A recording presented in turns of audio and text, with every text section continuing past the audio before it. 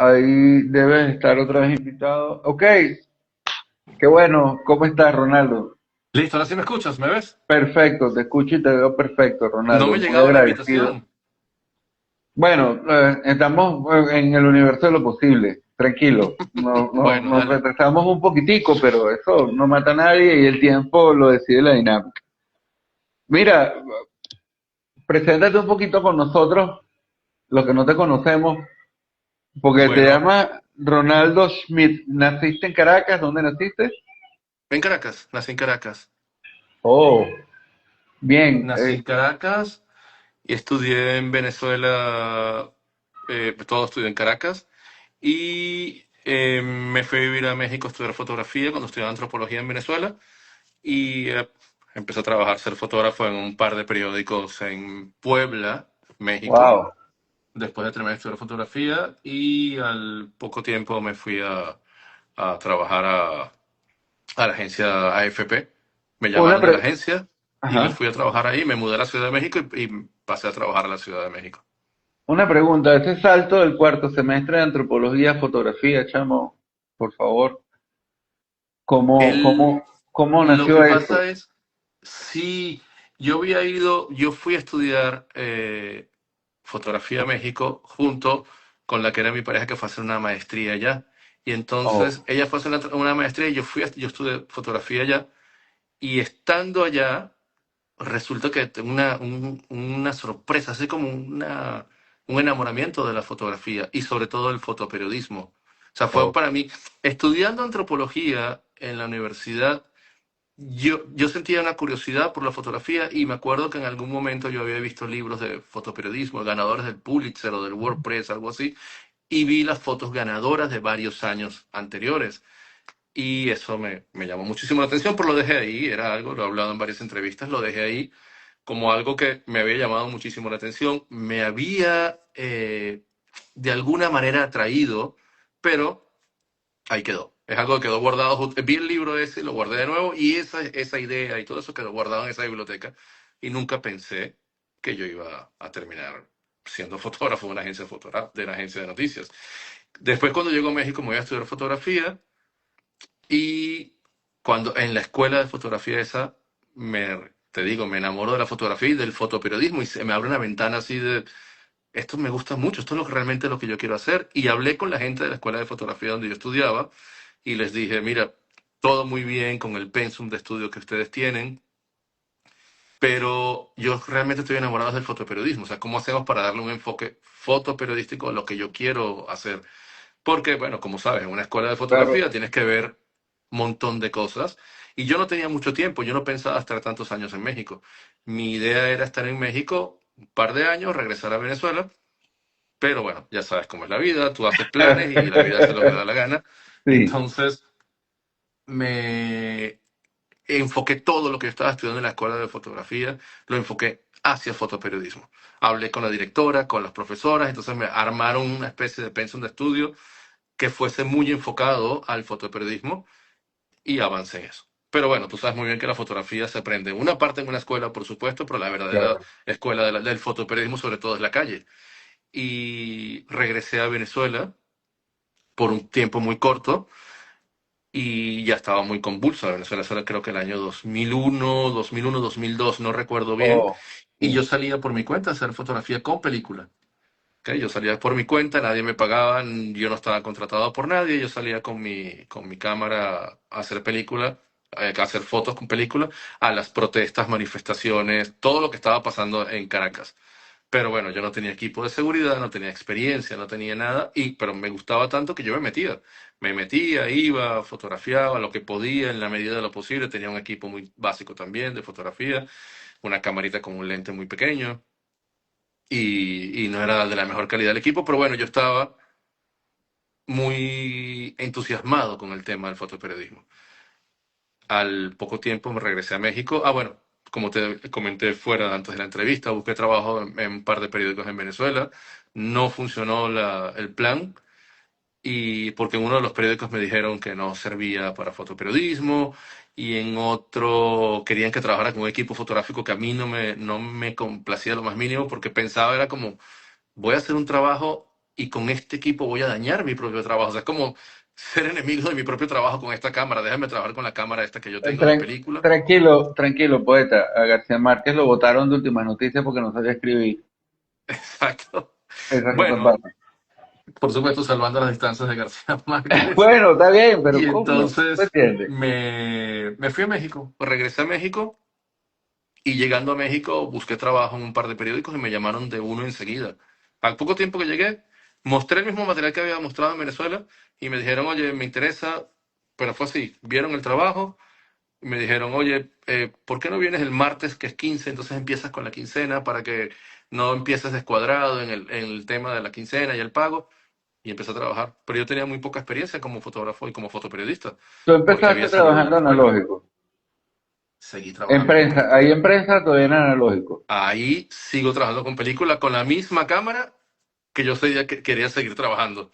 Hay Y una estuve pregunta, así, dime. ajá, hay una pregunta. En la prensa local, la regional, no sé, la nacional, le dan a los fotógrafos un rollito para 3 días. ¿Cómo resolvían ustedes el cuento de la película? ¿Cómo era el día de trabajo Bueno, del reportero el, gráfico? el tema ya en México, además de que era un periódico pequeño local, pero ya no quedaba nadie trabajando en ese periódico con películas, solo yo. Oh, Entonces, digamos que eso quizás le quitó presión al periódico en la cantidad de películas. Y no es que me daban cientos de rollos, pero yo tenía como un rollo diario. Yo mira, podía hacer, sí, 36, ojo, pero cubría muchas cosas. O sea, yo podía llevar en un solo rollo en un día, no sé, 3 conferencias de prensa y, no sé, a lo mejor hasta un partido de fútbol, algo así. Entonces, wow, había que rendirlo. Ya sabes cómo era, o sea, 3 fotos, 4 fotos de una cosa y ya. Eso de ahora de la locura de que la gente vaya y hace 300 fotos de una conferencia de prensa, era impensable. O sea, tú sabías que en un partido de fútbol, 3 fotos y wow, era suficiente. Incluso como era México, yo cubría las luchas libres, la famosa lucha libre mexicana que después se hizo tan popular qué y tan divertido. turístico. Yo cubría eso para el periódico y yo sabía que tenía solo 5 o 6 fotos para hacer la cobertura de la lucha libre. De noche, con películas, era difícil. Y era la misma película con la que había trabajado, o sea, era en el día, o sea, se complicaba la situación.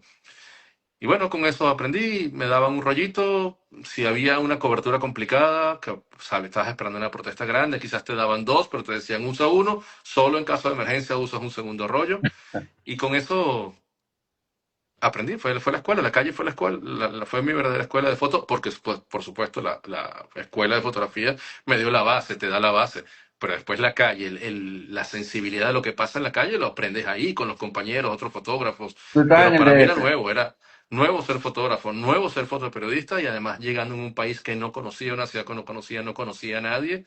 Y fue Oh. inmersión total, fue como sin saber nadar te tiraran en el medio de una piscina grande. Pregunto, ¿tú me dijiste la ciudad? Discúlpame. Puebla, Querétaro, Puebla, Puebla. Ujú. Puebla. Wow. Bueno, por lo menos no era el DF, que el DF debe ser una cosa así, pues lo Tan que sea grande, sí, cualquiera. sí, sí. Sí, no, fue súper bien empezar en Puebla porque era una ciudad pequeña que me sirvió muchísimo para entender qué era el fotoperiodismo y con pocos compañeros, que muchos se considero como amigos, me ayudaron muchísimo, porque ellos tenían todas experiencias. Yo llegué y todos ellos tenían, yo tengo 15 años, 20 años haciendo esto, 30 años haciendo esto, y yo tenía 8 minutos empezando a hacer fotos. Wow. Pero fue interesante porque fue un gran reto. Fue un gran reto empezar de cero, poder alcanzar el nivel del periódico de ellos y trabajar a la par de esos fotógrafos que para mí en ese momento era impensable trabajar a la par de ellos. Entonces eso hizo que aprendiera mucho más rápido lo que yo tenía que hacer. Fue muy interesante. Oh, la escuela de los compas es una maravilla. Sí, Sí, puedo dar claro. fe. Por fe, yo ya lo extraño, ya la cosa es otra. Pero tú de ahí saltas a la misma agencia de noticias donde estás ahora, ¿no? AFP. De ese primer periódico salto un segundo periódico. El periódico Ajá. se divide, hay una división dentro del periódico y me llaman y me dicen, ¿te quieres venir con nosotros? Y digo, bueno, sí, pero ahora, como tú me estás llamando, yo quisiera trabajar con un mejor equipo. O sea, tenía cámaras. Cuando yo pasé de película a digital, me daban cámaras usadas, un equipo muy maltratado y con eso yo trabajaba. Sí, claro. Cuando me llaman al nuevo periódico, les digo, bueno, yo me voy con ustedes, pero necesito un mejor equipo. O sea, si me dan un mejor equipo, yo me voy con ustedes. Y me dijeron, va, toma, mejor equipo, equipo nuevo. Y entonces ahí me voy a ese periódico y ahí duré año y medio. Y estando ahí, el ex jefe de fotografía de AFP en México, que había de haber sido más de 40 años fotógrafo, y para la agencia además, nos conocíamos porque yo era colaborador. Yo era colaborador para la agencia desde Puebla. Ok, O sea, ok. yo trabajaba en el periódico y cuando pasaban cosas fuertes internacionales, o ellos me lo pedían o yo se los enviaba, y entonces teníamos eso de esa relación de colaborador para la Oh, agencia desde Puebla. ok. Y un día me llamó y me dijo, Ronaldo, mira, está aquí esta oportunidad, está pasando esto. No sé si te interesa, y por supuesto me fui y bueno, la vida dio todo el giro porque yo pasé de ser fotógrafo de provincia, de Puebla, que es una ciudad que queda a hora y media más o menos de la Ciudad de México, Ujú. a estar en la gran Ciudad de México, con todo lo que pasa en la Ciudad de México y Oh, cubriendo eventos internacionales de peso para una agencia de noticias, una de las tres agencias de noticias más grandes del mundo. Entonces eso fue como un segundo escalón de haber empezado de cero en Puebla, después fotógrafo en Puebla, después a la agencia FP. Y ahí, bueno, ahí sí fue grandes ligas. Pasé de jugar en un equipo en el interior del país a estar ahí en el estadio de los Yankees. hace Big League. Sí, pasarte de ligas menores a ligas mayores de un salto. Exactamente. Eh, una, una pregunta interesante. ¿Cómo cómo cambia tu visión el día que descubres que tu trabajo es un documento histórico? O sea, que ya deja de ser la foto del pana, del suceso, que el suceso que se va a olvidar dentro de 3 días de aquellas ligas menores, al suceso que va a salir en las primeras páginas y va a quedar grabado para la historia. ¿Cómo cambió eso tu visión del mundo? Pero sabes que yo eso lo empecé a ver incluso trabajando en el periódico local, en el periódico, el pequeño periódico que yo trabajaba, Ok. porque yo cubría para la agencia de noticias, ya yo colaboraba para FP. Entonces yo veía, oye, esta historia, por ejemplo, lo primero que me tocó grande cubrir fue un huracán que había afectado México. Ujú. Por supuesto, el huracán no va a llegar a Puebla porque está muy al centro del país, pero llegó el huracán al sureste del país y llevó mucha lluvia a Puebla. Y yo fui a cubrir las consecuencias de ese huracán. Y ahí yo me di cuenta, bueno, esto es algo grande. Hubo muertos, deslizamientos de tierra, carros arrastrados, toda una tragedia. Y me di cuenta, desplazados, gente durmiendo en una plaza de toros porque perdieron las casas. Y me di cuenta, bueno, esto ya no es la típica conferencia de prensa desechable que tú haces en la mañana y en la Exacto. tarde ya la gente se olvidó. Esto ya es grande. O sea, ahí me empezó a dar cuenta y lo hablé con un gran amigo mío, ahora fotógrafo también, colaborador de AFP. En su momento le hablé y le dije, oye, yo o sea, quisiera hacer más esto, menos de lo que hago en el periódico y hacer más este tipo de cosas que sé que estamos cubriendo hechos históricos, que quedan marcados en la historia de un país, de una población, como una tragedia, como un huracán en este caso. Claro. Esto me llama mucho la atención. Y empecé justamente a darme cuenta como a balancear, bueno, esto son los eventos desechables que cubren todos los medios de noticias, no importa si es una gran agencia o un periódico pequeño, cubrimos información que es inmediata y después tienen las grandes historias que quedan.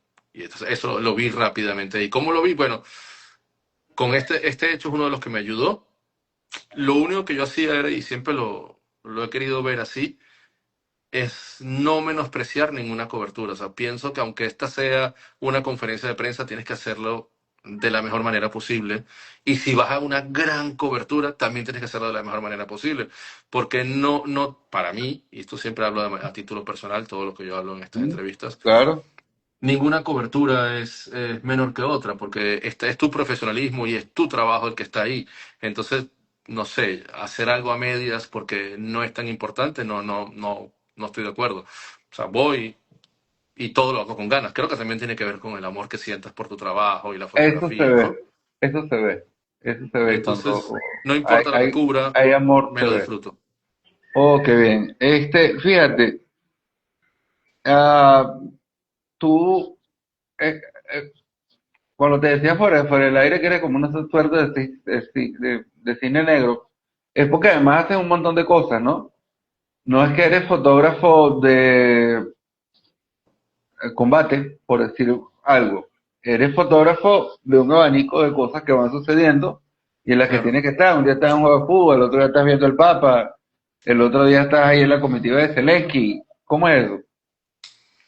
Lo que pasa es que cuando tú trabajas por una agencia de noticias tienes que hacer de todo. Eso Ok, siempre lo hablamos con los compañeros. Y no es un requisito, no es que tú entras a una agencia de noticias y te dicen tienes que hacer esto. En el momento que un jefe de fotografía o un editor o algo está buscando un fotógrafo, trata de buscar un fotógrafo que tenga un abanico amplio de trabajo. O sea, no hago nada contratando, en una agencia de noticias, por ejemplo, para cubrir un país, México, por ponerte un ejemplo claro. Tienen 4 fotógrafos staff. No puedes tener un solo fotógrafo que se dedique al fútbol porque los otros 3 tienen que hacer todo lo demás.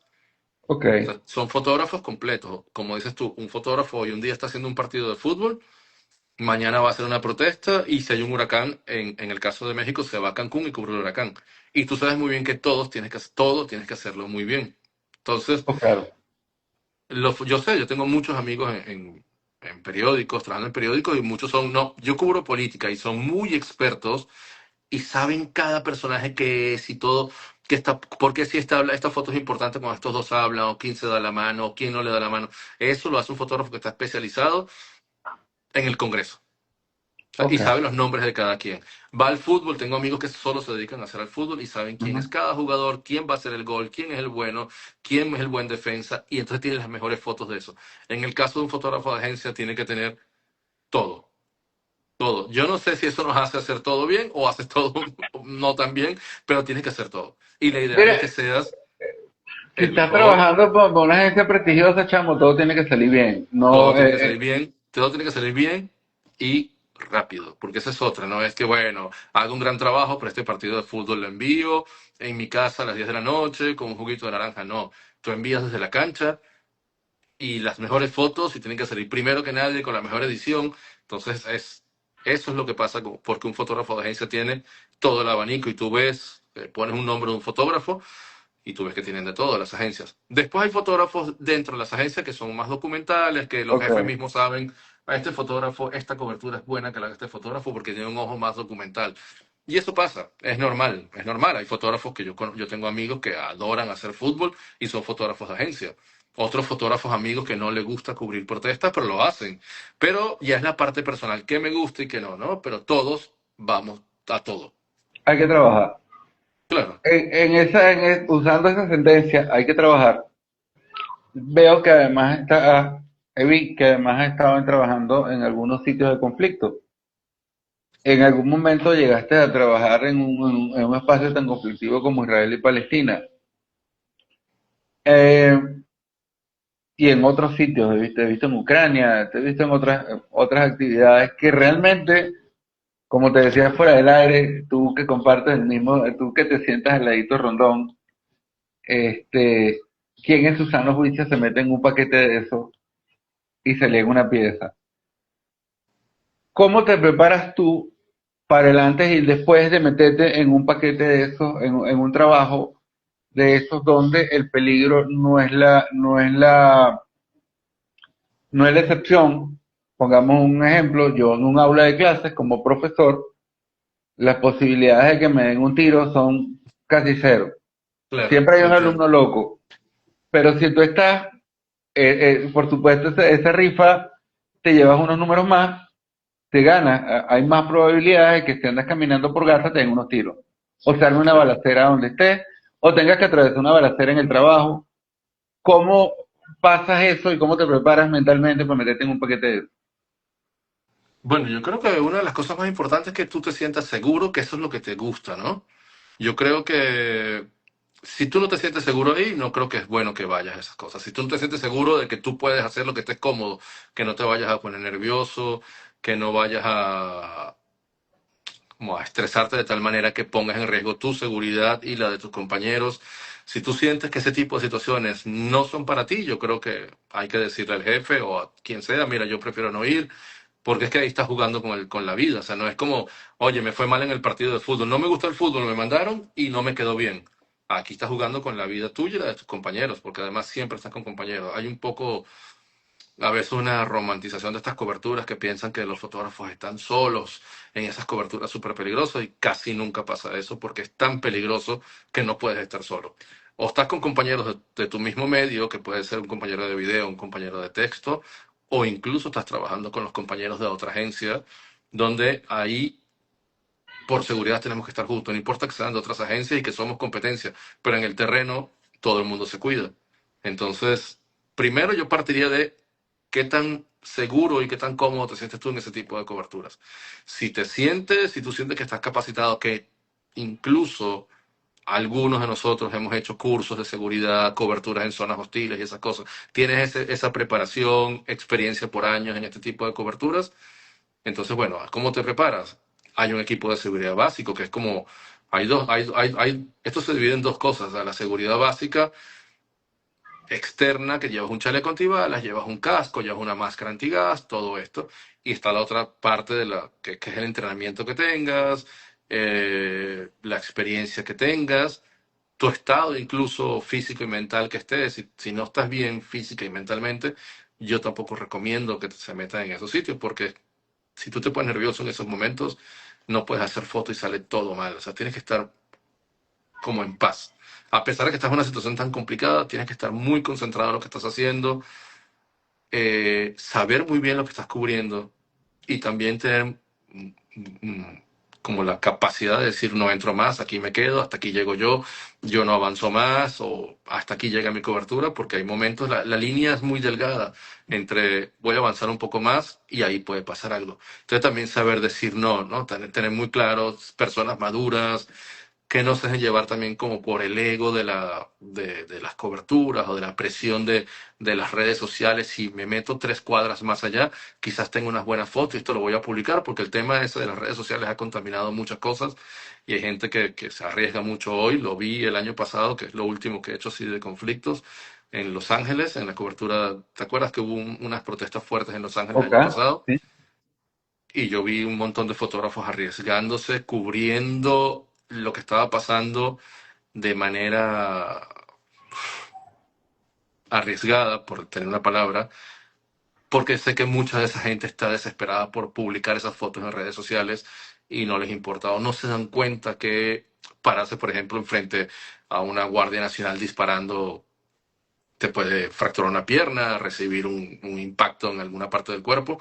Entonces hay formas de cubrir. O sea, ahí es donde se ve quién tiene experiencia y quién no, quién entiende este trabajo y hasta cuál poner límites y quién no. Entonces es súper delicado eso y te preparas entendiendo primero el conflicto que vas a cubrir. Yo creo que eso es lo primero, saber qué es lo que tú estás yendo a cubrir. Eso es súper importante.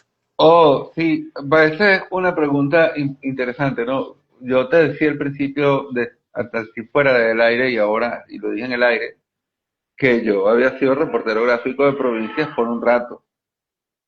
Y luego me hice amigo de todos y los que no fueron mucho más adelante cuando empecé a trabajar como jefe de relaciones públicas en algunos sitios, casi todos los fotoreporteros y los periodistas de Aragua o habían estudiado para mí, o sea, conmigo, yo como habían sido mis profesores, habíamos trabajado juntos, que era una relación bien cercana, pero era la época en que uno llegaba uno al periódico a las 8 de la mañana y a las 8:30 salía el periodista con un papelito y decía, esta es nuestra pauta del día. Okay. ¿Eso es así en este caso o cuando tú sales a cubrir tu pauta, cámara en mano? Me imagino que alguien te dirá más o menos por dónde va lo que necesitas y tú decides en el camino. No, no, en las agencias funciona diferente. Hay cosas, por ejemplo, las protestas. Vamos al ejemplo de las protestas de Los Ok, Ángeles el año pasado. Yo vivo en Houston y las protestas eran en Los Ángeles. Yo estoy en Texas y tuve que ir a California. Y en ese caso mi jefe me llamó y me dijo, oye, mira, ¿puedes ir a cubrir esto? Sí, voy, por supuesto. Voy a cubrirlo. O sea, llego a un lugar y yo sé que estoy concentrado en la cobertura de unas protestas. Yo creo que durante 10 días que estuve ahí trabajando, vi una sola vez a una compañera de texto y como durante 3 días vi a compañeros de video. Yo sé lo que tengo que hacer en mi caso, que es cubrir las protestas. Estaban súper violentas, muy fuertes, por muchos días, por muchas horas. Entonces yo sé lo que tengo que hacer. Ya yo sé que voy a cubrir las protestas. Si voy a hacer un reportaje, por ejemplo, que en este caso aquí en Houston somos un equipo de la agencia texto, video, foto, cada quien sabe lo que tiene que hacer. Vamos a hacer esta historia. La semana pasada hicimos una historia cercana al Mundial y cada quien sabe lo que tiene que hacer. Entonces todos colaboramos. O sea, uno de los tres consigue el reportaje. Mira, vi esto, esto está interesante. Hacemos la producción, la preproducción y después vamos a cubrir. Yo no le digo el de video y el de texto qué hacer, ellos no me dicen a mí, el de texto no le dice nada a nadie. Ahí estamos los tres trabajando porque los tres somos igual de profesionales y cada quien sabe lo que tiene que hacer. Es Oh, diferente a como cuando estás en una oficina grande, entonces aparecen algunas historias y te preguntan, oye, ¿tú quieres hacer esta historia? Ah, bueno, sí, yo me sumo a esta historia. Y tú te sumas a una historia que ya se está produciendo. Pero en el caso mío ahora somos tres personas profesionales y cada quien sabe lo que tiene que hacer. Mi compañero de texto sabe lo que tiene que hacer, el de video también y yo también. O sea, no hay nadie dando órdenes de como pasaba antes.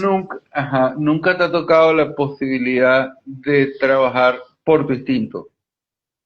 Por alguna razón no puedes ponerte de acuerdo con otra persona de la agencia y tú tienes que salir a trabajar por tu instinto. Eso no sucede nunca. ¿Cómo? No, no entiendo.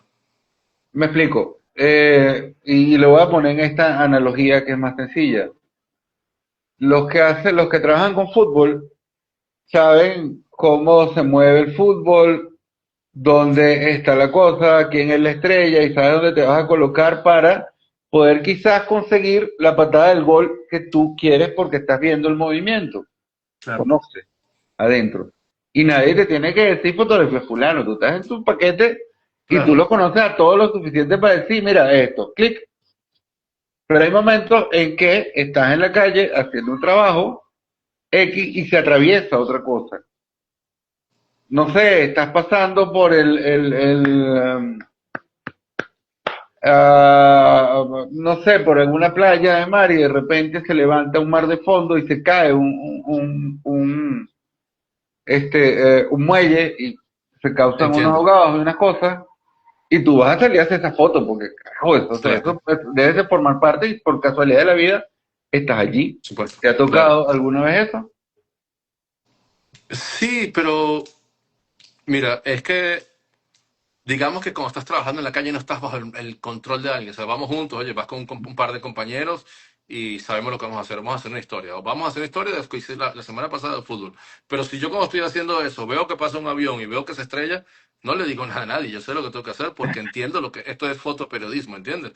No es, no, yo tengo una historia y me asignaron esta historia de fútbol y lo que pase a mi alrededor no me importa. Eso sería como súper mediocre, imagínate. Barbaridad, Agarro bárbaro, mi bárbaro. carro y le digo, el que se quiera subirse bien y si no yo me voy. Es así. ¿Por qué? O, Tú pones en la balanza, se acaba de caer un avión, yo estoy haciendo una historia de fútbol, todo muy bien. Se hará después, regresaremos o se pierde, pero si tienes una caída de un avión, yo no voy a discutir con nadie lo que está pasando. O sea, yo me voy directamente y después aviso a mi jefe, oye, mira, vi que se cayó un avión, ahí te van las fotos. Con todo este asunto de la tecnología, que ahora envías directo de la cámara y todo eso. exacto. Primero llego al lugar. O sea, si yo puedo llegar inmediatamente al sitio donde se cayó el avión, no tengo nada que discutir con la historia que estaba haciendo, porque es ponerlo en la balanza y entender que es fotoperiodismo. Es así, es súper sencillo. Eh, Me han pasado cosas así parecidas, sí, por supuesto. He estado cubriendo algo y de repente te avisan, pasó tal cosa, y te vas. Me pasó una vez, hay un ejemplo claro que me pasó una vez que traigo así rápido de la memoria. Yo estaba trabajando en México en un partido de fútbol y un huracán cambió de rumbo que se iba a ir por el Pacífico hacia el norte y viró un poco a la derecha y se fue directo hacia Baja California. Oh, Y hablé con mis compañeros y me salí del partido de fútbol y pasé por mi casa, dejé el lente largo, agarré ropa y me fui directo al aeropuerto, me subí a un avión y me fui a cubrir el huracán. O sea, mis compañeros oh, saben lo que estaba haciendo, pero ves, es como poner un partido sí, de fútbol con un huracán, me voy al huracán, por supuesto. gana el El huracán partido por de fútbol ya se default. había cubierto el primer tiempo, lo terminé de enviar en el camino, en el aeropuerto mientras esperaba, terminé de enviar la foto y yo estaba en Baja California. Y eso pasa bastante, o sea, tienes que evaluar, oye, estoy aquí en esta conferencia de prensa, pero me enteré que en la protesta que está a 4 cuadras de acá, ya hay una pelea con la policía. Bueno, vete para allá. ¿Tienes foto de la conferencia? Tengo dos, ok. O bueno, déjala, no pasa nada. Porque Ok. evalúas, pones en la balanza, que es lo importante, y los jefes están súper conscientes de eso. Difícilmente alguien te va a decir, no, no cubrimos lo que está pasando y quédate con eso. El año pasado, no sé si recuerdas que hubo unas inundaciones súper fuertes acá en Texas, que hubo Ok. casi 200 muertos. Una Oh, historia terrible porque era una zona donde en verano está lleno de campamentos de verano y ok. creció un río durante Sí. la noche y se metió en los campamentos y de un campamento se llevó 25 niñas que estaban durmiendo y desaparecieron Oh, y bueno, hubo casi 200 muertos. Y yo tenía un horror. partido de fútbol en final de la Copa Oro, no me acuerdo qué era, algo así creo que era, una copa de fútbol de esas que hacen con CACAF y yo tenía que cubrirlo el domingo, pero eso pasó el miércoles, si no me equivoco. Y cuando lo vi, le avisé a mi jefe y me dijo, bueno, ve, pero sin saber la magnitud de lo que estaba pasando, me dijo, ve, lo cubres y regresas para el partido. ¿Y qué pasó? En el desarrollo de la historia me dijo, quédate porque la historia es gigante y vemos cómo resolvemos el partido de fútbol. Al final lo cubrió otro compañero y lo hizo súper bien. Él hizo su cobertura de fútbol y yo no podía moverme de la cobertura de tener una historia tan grande como 200 muertos porque, porque el río se había desbordado.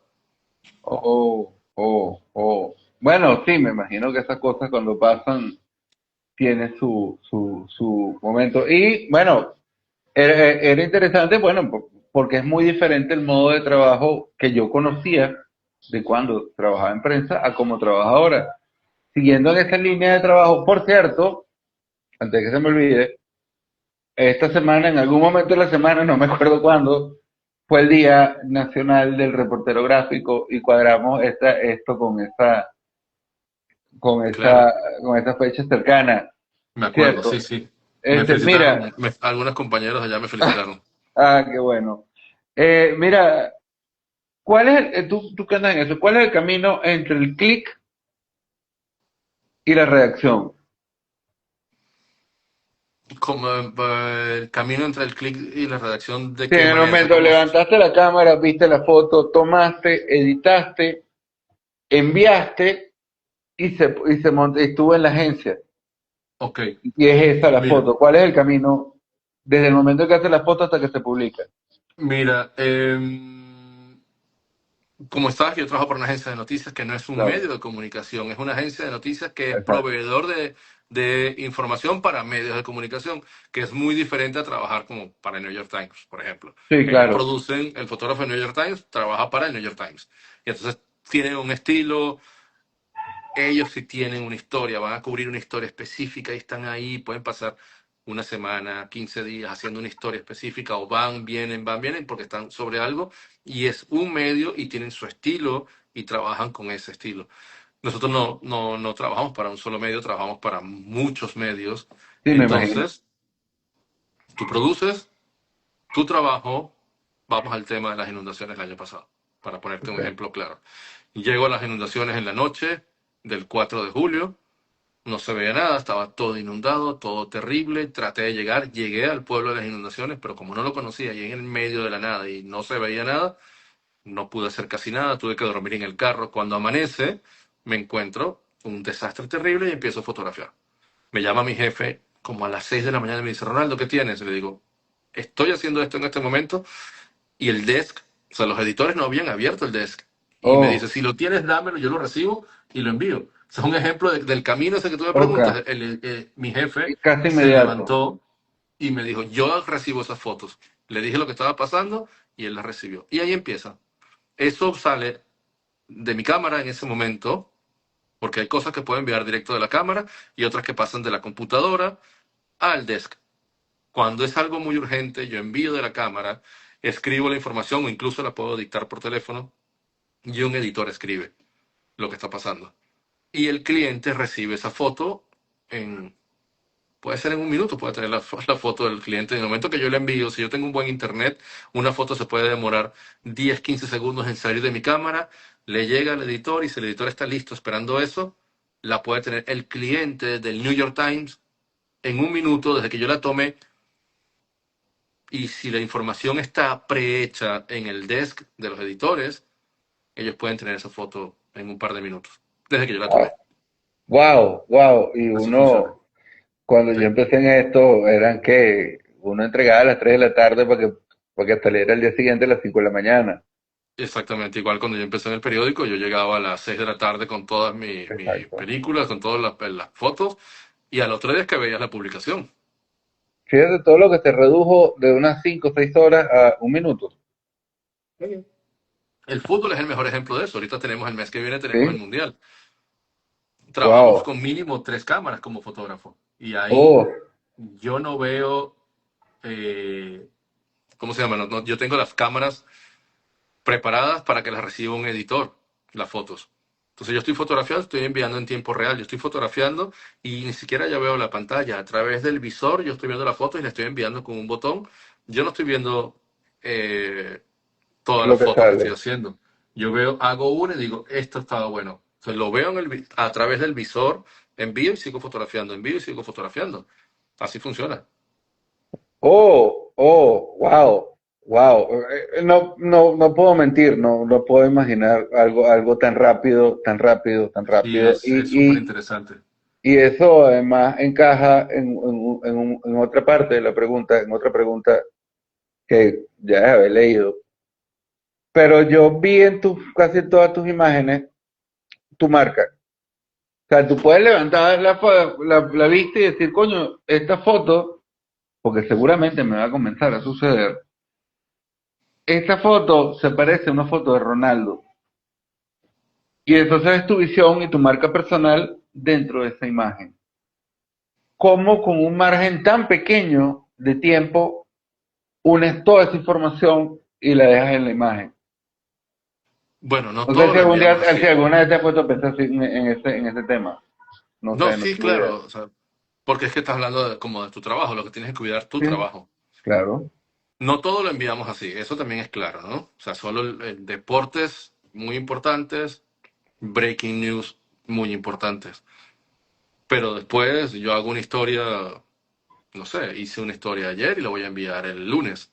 Porque voy con el compañero, es un reportaje que lleva texto, video, foto, entonces lo vamos a enviar el lunes y los editores van a aguantar la foto, van a esperar el texto, el video y sale todo el material, que es lo de ahora, o sea, el tema multimedia. Un cliente recibe los 3 formatos al mismo tiempo.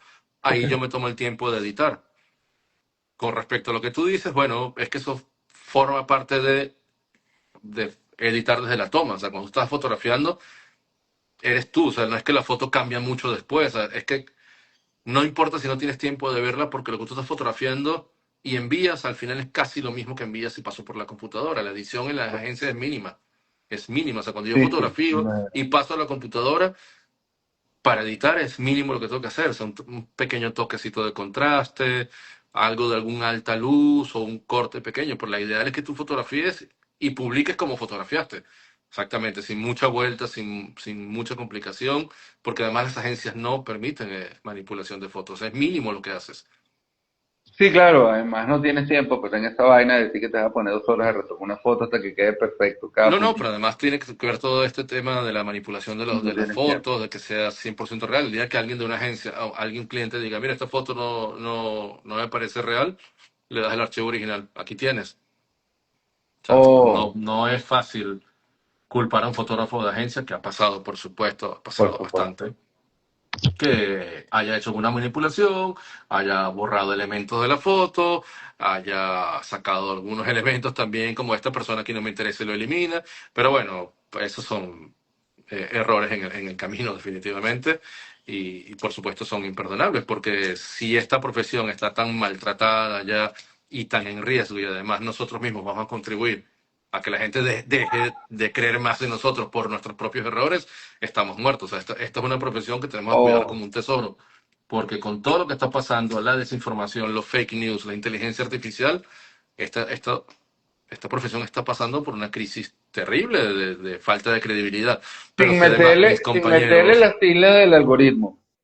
claro, si además algunos compañeros en todo el mundo, no hablo de compañeros míos de la agencia, sino en todo el mundo, algunos cometen algunos errores y hacen este tipo de cosas que se han visto, cuántos premios no han quitado porque descubren después que alguien había manipulado una foto, que había borrado elementos, había tachado, había sacado a alguien de la foto.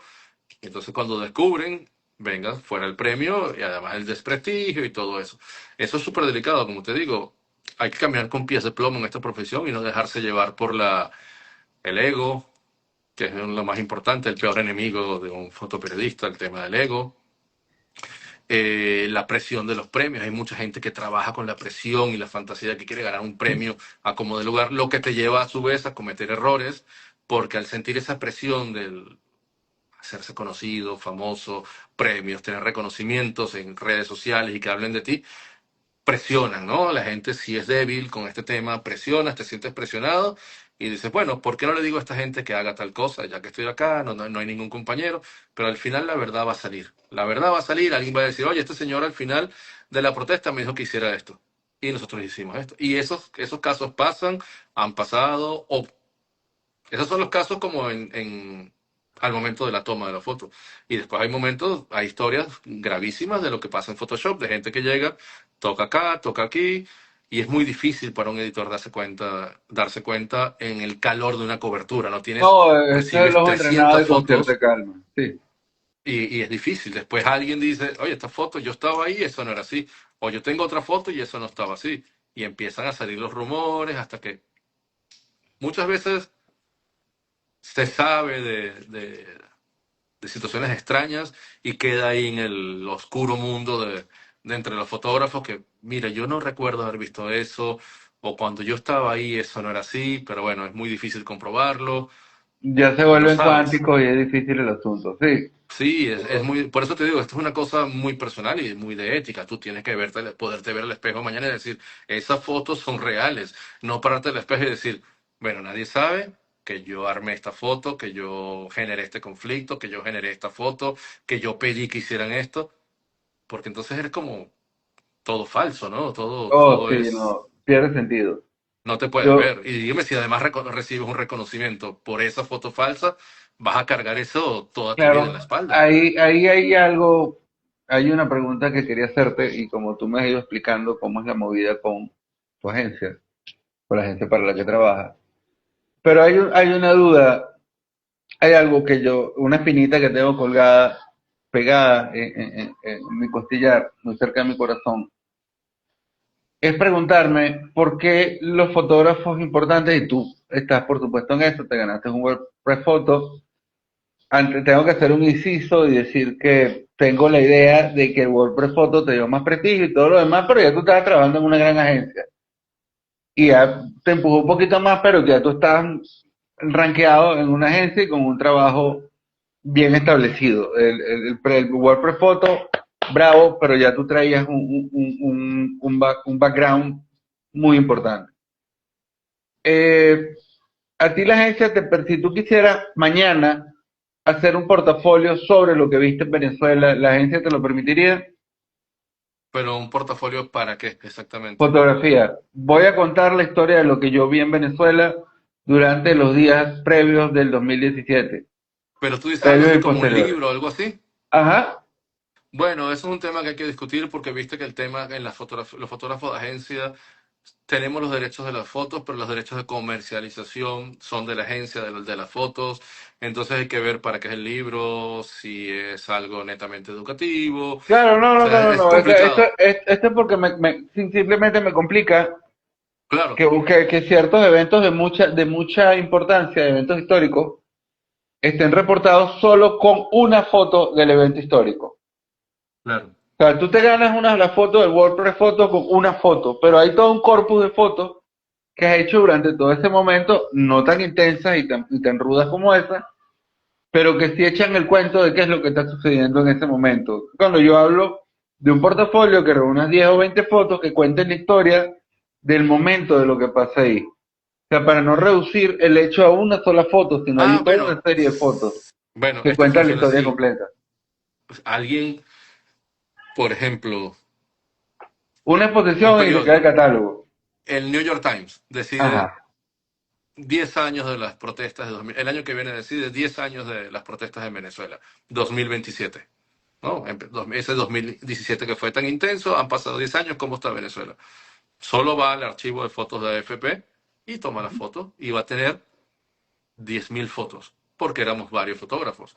En el Ok, caso de Venezuela tiene 2 fotógrafos de staff, yo era enviado, otro compañero también era enviado, otros que colaboraban. Entonces, alguien vaya a decir, voy a hacer un portafolio de lo que pasó en Venezuela. Ni siquiera tiene que publicar la foto ganadora de WordPress, porque hay trabajos maravillosos de exacto. mis compañeros, además de las otras agencias. Entonces, puede armar un mega catálogo con cientos y cientos de fotos con todo lo que pasó, porque esto es como la punta del iceberg. La gente piensa, lo que pasó en Venezuela, y mucha gente solo piensa que son 3, 4, 5 fotos de lo que solo, de lo que pasó, pero lo puedes contar con 10.000 fotos que hay. Entonces, es fácil, hay que irse a los archivos de los medios de comunicación que estaban enviados en Venezuela y ahí lo ven y puedes publicar y lo puedes publicar. Bueno, ¿qué hace el New York Times? 10 años, empieza con la cronología y va armando enero, febrero, marzo, abril, todo lo que pasaba durante ese 2017 y te arma ese trabajo Ah, porque hay muchísimo material buenísimo, documental, breaking news, bueno, historias paralelas a la calle, hay de ah, todo. ay, ya eso es un sueño que sobrepasa. Pero como uno nunca sabe qué pasa, es un sueño que en mi caso sobrepasa mis más locas aspiraciones, pero seguramente alguien podrá cumplirlo porque me parece que reducir un momento histórico no es mucho. A una sola foto es como reducirlo a él mismo, ¿no? Hay toda una historia alrededor y no la estoy viendo, Claro, que era algo que pasaba muy seguido en el siglo XX. Publicaban un libro cuando, con, no sé, por ponerlo local, Tacoa 20 años más tarde, 10 años más tarde, y el trabajo de todos los que estuvieron en Tacoa lo hicieron. Si estuviéramos ahorita en alguna otra realidad, estaría un libro sobre um, la refinería que explotó no sé hace cuántos años, donde casualmente llegó mi amigo Gil Montaño y era el único fotoperiodista ahí presente, y el tipo repartió fotos para todos lados y para todas las agencias porque no había más nadie, había llegado. Y era porque estaba en claro, Maracay, a 2 horas y media del sitio. claro. Pero eso antes se hacía, ya no se hace tan común y era una pregunta que tenía que hacer y qué bueno que está ahí porque quiero que también no solo nosotros dos y los que están aquí presentes, que muy agradecidos porque están escuchando la conversación, muy agradecido a todos los que se han pasado por aquí.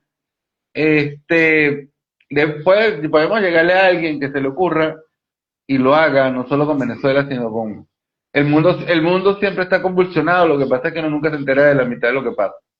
Uno se entera de Claro, los más mira, grandes, no de los más pequeños. cuando yo gané el premio, una pregunta parecida a la que tú me acabas de hacer, ¿No? yo lo dije en varias entrevistas.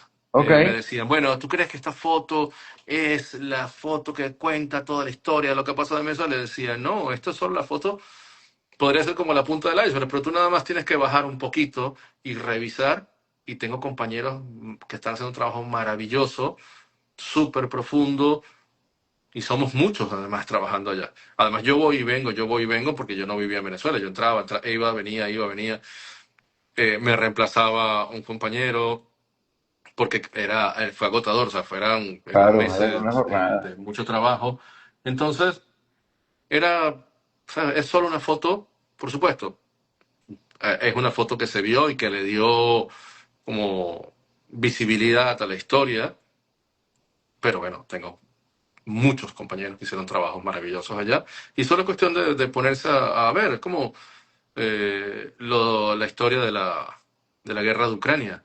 Me Ok, tocó estar en un momento, en una situación eh, difícil, en un momento como neurálgico de esa cobertura. Tengo compañeros que han hecho cosas muy buenas allá. Incluso perdimos un compañero ahí trabajando qué horror. y bueno, la gente cuando se acuerda de la de Ucrania, mucha gente va, las referencias son en las fotos que yo hice en Bucha, cuando aparecieron Ajá. todas las calles llenas, las calles esas llenas de cadáveres, o la foto de este retrato de Zelensky que le hice ahí en Bucha Oh, precisamente. Entonces, sí, cuando hablan de Zelensky, vuelven a publicar esa foto, pero es que es eso lo que pasa también. Este mundo está lleno de tantas imágenes que la gente apenas puede recordar una, dos, tres fotos de una historia, pero hay millones de fotos, literalmente. O sea, es fácil, solo que la gente recibe, no sé cuántos, el otro día estaba leyendo, la cantidad de millones de fotos que se publican a diario, es oh, sí. imposible llevar el ritmo. Entonces, bueno, tú hablas Sí. de Ucrania. Yo me acuerdo que vi en algún momento esto.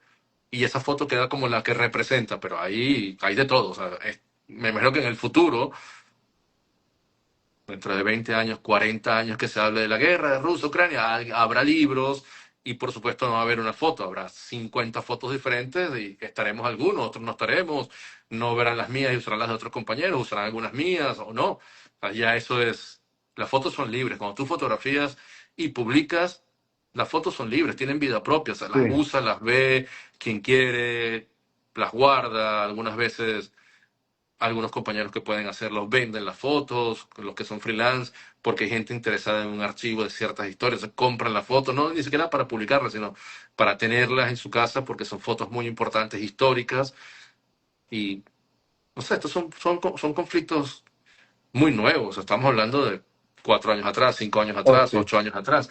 Vamos a ver qué pasa dentro de 20, 30 años con los trabajos que estamos Sí, haciendo. si tú estás atrapado en una balacera, te toca estar atrapado en una balacera que me imagino que alguna vez debe haberte ocurrido. Sí, claro. Debes estar más que, debes haber hecho por lo menos un curso, el curso de reportero de guerra y saber por lo menos lo básico de dónde te tiras, hacia dónde no corres, hacia dónde corres y cómo tienes que comportarte, ¿no? Ajá. ¿Cómo sobrevives tú? Digo, yo vivo en Fuerte Tiuna y no hace mucho, el 3 de enero hubo un evento importante, Claro. muy cerca de casa. La gente de los edificios salió corriendo y fue horrible. Y yo, que pensé en algún momento, agarraba mi cámara y salía, preferí quedarme encerrado en el baño con mi esposa y con mi gato, que me pareció lo más Sensato. justo, sensato. Sin embargo, el escenario, ya mi esposo y yo habíamos discutido cómo era el posible escenario y sucedía. Aunque por supuesto uno queda muy nervioso y asustado, pero la probabilidad es casi cero de que eso se repita. Tú, en cambio, has estado presente en eventos similares. ¿Cómo manejas tú el estrés de situaciones de este tipo? Mira, yo creo que lo primero que tienes que tener claro, y lo hablamos hace rato, es Claro, como lo más importante es preservar la vida, porque a nadie le sirve, y esto es una frase que puede sonar muy fuerte, a nadie le sirve un periodista muerto. O sea, ¿no? un periodista héroe no funciona, no sirve, forma parte de esta romantización de lo que nosotros hacemos, a nadie le sirve. O sea, la idea es preservar la vida siempre, aunque pierdas las fotos o el video o la entrevista, lo que sea, el formato que sea, que todos son válidos y valiosos por igual. Lo más importante es preservar la vida, tuya y la de tus compañeros. Entonces eso es lo que siempre tenemos. Y cuando yo he trabajado en zonas de riesgo, solo o con compañeros, lo tenemos claro y yo tengo una línea muy clara con eso. Y a veces, bueno, si estoy con algunos compañeros, les puedo decir, oye, hasta aquí llegamos, yo no avanzo más, hay que parar, está muy peligroso, para allá no podemos ir. Porque es lo que te dije, es una línea muy delgada en estar hablando en una cobertura aquí, en una zona más o menos segura, o avanzar y la cuadra siguiente, en casos de este tipo de conflictos, en la cuadra siguiente están disparando y las balas no se ven, Wow. los cohetes no se ven, los drones Sí, no se ven. Cuando los ves, ya es tarde. ya, sí. Entonces, creo que es súper importante tener claro cuáles son los límites que tú quieres poner. ¿Alguna Yo los vez, tengo muy claros. O sea, no he al- llegado acá justamente por arriesgarme innecesariamente. He estado expuesto muchas veces, por supuesto, pasa porque las situaciones son peligrosas. El fotoperiodismo de conflictos es peligroso, pero es importante saber decir hasta aquí llego, porque no gano nada perdiendo una pierna o que me den un tiro, algo grave, una tragedia. En Ucrania son varios compañeros que han muerto, varios, y ellos no lo esperaban, o sea, es que es muy rápido todo. O sea, hay un compañero nuestro de video que cayó un dron y no lo esperas, tienes todas las medidas de seguridad, te estás cuidando, no te arriesgas, pero es que esto es una lotería y es terrible. Entonces eso hay que evitarlo sí, me en la medida de imagino. lo posible. Si ya con todas las medidas de seguridad, con prevención, en el caso nuestro de la agencia en Ucrania, por ejemplo, tienes un asesor de seguridad que está todo el tiempo contigo, que te ayuda, que dice que es peligroso, que no. Y con todo eso han pasado las tragedias que han pasado. Imagínate si te arriesgases, si fueses irresponsable, que no te importase, por supuesto, el final puede ser terrible, fatal. ¿Tú llegaste a ser jefe de oficina o jefe de periódico, jefe de prensa? de esta misma empresa para la que trabaja, de esta misma agencia, en Israel, para Israel y Palestina, Sí, ¿cierto? sí, Ok. sí, jefe de fotografía para Israel, el West Bank y Gaza. Oh, por supuesto, eso no es un paseo por el parque. Tú como jefe que manejabas personal, me imagino, dudo mucho que lo contratases, pero tú como jefe, ¿cuál es el ideal del reportero, del reportero? ¿Cómo tiene que ser? Bueno, ¿Qué eso se necesita para? es una pregunta muy amplia porque todas las personas son diferentes. O sea, lo único que tú quieres es que la gente sea responsable y que sea transparente, nada más, y que sea, o sea, que puedas confiar en las personas, pero decir así, yo quiero tal persona, es como exigirle a alguien que sea lo que tú quieres que sea él. Entonces yo no, o sea, yo llego a integrarme a un equipo. Cuando yo llegué a integrarme a un equipo, Profesionalmente hablando, incluso, Si José Ramón Briceño incluso, quisiera ser reportero de guerra y trabajar para FP, ¿qué necesitaría hacer? bueno, o sea, primero tener experiencia, como te digo, o sea, tener Ok, experiencia porque un muchacho, por más ganas y por más buen fotógrafo que sea, que de 19, 20 años, que diga, yo me voy en este momento para Ucrania, voy a cubrir esto, lo estás poniendo en riesgo. Es injusto porque no tiene la experiencia, la madurez, la solidez en el terreno ok. para enfrentar una cobertura de eso. O sea, una cobertura de guerra, la guerra es horrible, la guerra es feo, es violento, la guerra realmente da miedo. O sea, la guerra no es juego, la guerra no son las películas de Hollywood, eso no existe de ninguna manera. La guerra es lo más oscuro y lo más, la parte más desagradable o la peor parte de la humanidad, del ser humano. O sea, lo que pasa en las guerras no es juego. Y es injusto que como un jefe de fotografía sólido que tenga cierta edad, muchos años, le diga a un muchachito de 19, 20 años, ah, sí, vete. La agencia se cuida muchísimo, los medios grandes se Ok. cuidan muchísimo de eso porque saben, hace falta la experiencia para estar en esos terrenos. Por eso que tú ves a los fotógrafos que están ahí y la mayoría son personas maduras que han pasado muchos años, muchas coberturas diferentes. No sales de un periódico local o de una escuela de fotografía, de una universidad y te vas a un evento así, porque te arriesgas. Incluso puedes correr el riesgo que sea tan feo el impacto que termines dejando la fotografía porque esto no es lo que yo quiero. O sea, hay que prepararse, crecer, madurar para que todo termine funcionando. Eso es lo que yo pienso. Y el ideal es gente que,